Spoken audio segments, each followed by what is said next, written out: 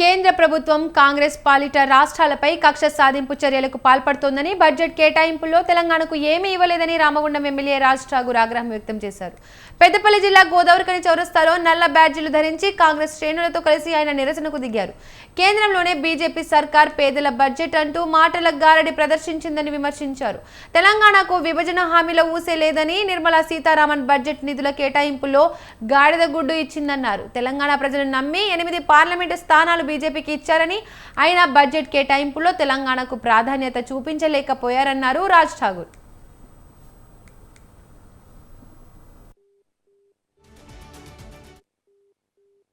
పైసా కూడా దేనికి కేటాయించకుండా వారి యొక్క మొసలి కన్నీరు, వారి యొక్క కపట ప్రేమ ఈరోజు తెలంగాణ రాష్ట్రం మీద చూపించిన విషయం మీ అందరూ గమనిస్తా ఉన్నారు.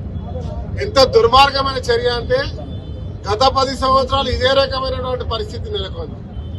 ఆ రోజు రాష్ట్రంలో ఉన్నటువంటి కేసీఆర్ వాళ్ళతో అప్పుడు అవసరం నిమిత్తం చట్టపట్టాలు వేసుకొని మోడీ అంటే ఇంత పెద్ద గొప్పోడు లేడని తెచ్చింది శూన్యం.